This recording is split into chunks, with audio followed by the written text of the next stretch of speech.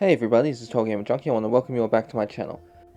Now, this video I was reluctant to make as I didn't want to make a clickbait video about, okay, here's how I think, like, what I know is going to happen, because we don't know. We don't know how much of a role Chloe will have in Double Exposure.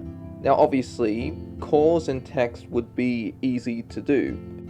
As we know, when Max shifts between timelines, the messages on her phone change, and depending on what timeline you're in, Max's conversations will be very different with people. Maybe she has a good relationship with, say, Amanda in one timeline, a bad relationship in another, a good relationship with Moses, a bad relationship in a different timeline, and etc. So if Deck 9 can do that with all of Max's contacts in her phone, then they should be able to do the same with Chloe. And this wouldn't be the first time Deck 9 has brought back a character from a previous entry.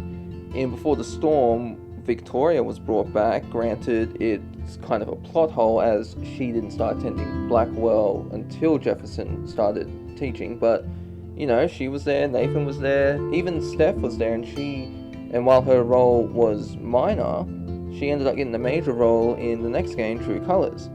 So if Deck 9 can do that with those characters, then it shouldn't be a problem for them to bring in Chloe. And I think what's going to happen is a lot of scenes with Chloe, especially if you decide to have Max be in a relationship with Chloe, I think that there's going to be Determinant scenes. Think if you've ever played the game Mass Effect, for example. There's this DLC, it's called the Citadel DLC, it's so great, it's like one of my favorites. You go around and you spend time with your crew. It's basically the developers are like, here, it was such fan service, but there would be different outcomes depending on whether you were in a relationship with a certain character or not.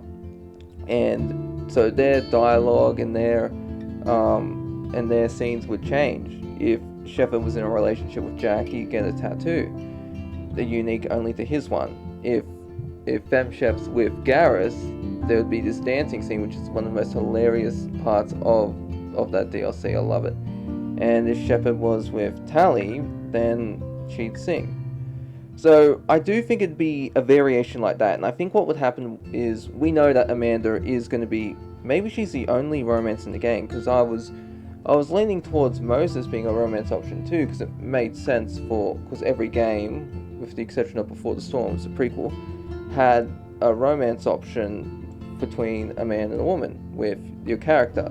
So Max would have Chloe and Warren, Sean would have Finn and Cassidy. You know, so I might be wrong on this actually. I think Amanda might be the only romance option if if Chloe isn't in the game. But speaking of her, getting back on topic, I do think that a lot of scenes with Amanda will be cut and replaced with Chloe.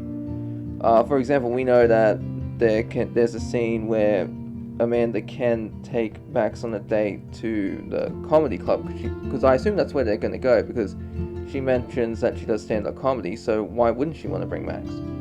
So that scene could be replaced with just Max and Chloe going to the comedy club, and Amanda could still be there, but it would be a different scenario. Rather than be on a date with her, Max would be on a date with Chloe. And I do think, like, for example, we see another scene with Amanda and Max. They're dancing in, I assume, the Shattered Turtle, and it's closed. Maybe that scene could be replaced with Chloe, because it's very hard. This isn't like, if any of you have played, if any of you are familiar with Telltale Studios, they made this, it's great, I love it, Season 2 of the Batman game. In Episode 4, your choices determine who John Doe becomes. He'll become the Joker, but will he be a vigilante or a villain? And when Episode 5 comes along, you get two entirely different playthroughs, and at least 20 to 25% of the game is the same.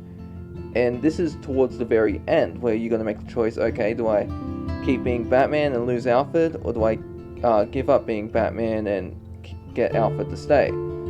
So I do think it won't be to that extent, because first off, it's an episodic game, so it's going to be hard. It's not like they can do something open world, but I do think there'll be variations like that. But one variation we could have is we know Max's place will get broken into, but if Chloe's there, what if she ends up scaring off the person that tried to break in, or that scene doesn't happen because Chloe's there? Or maybe Max goes back and Chloe comes with her, and the two of them discover Max's place has been ransacked. Because obviously Chloe's going to stay, regardless of what your relationship is with Chloe.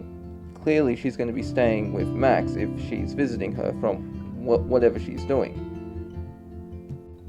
But anyway, that's really all I gotta talk about in this video. I've just been real busy. I've got to get back into it, make better videos, because this one's not my best.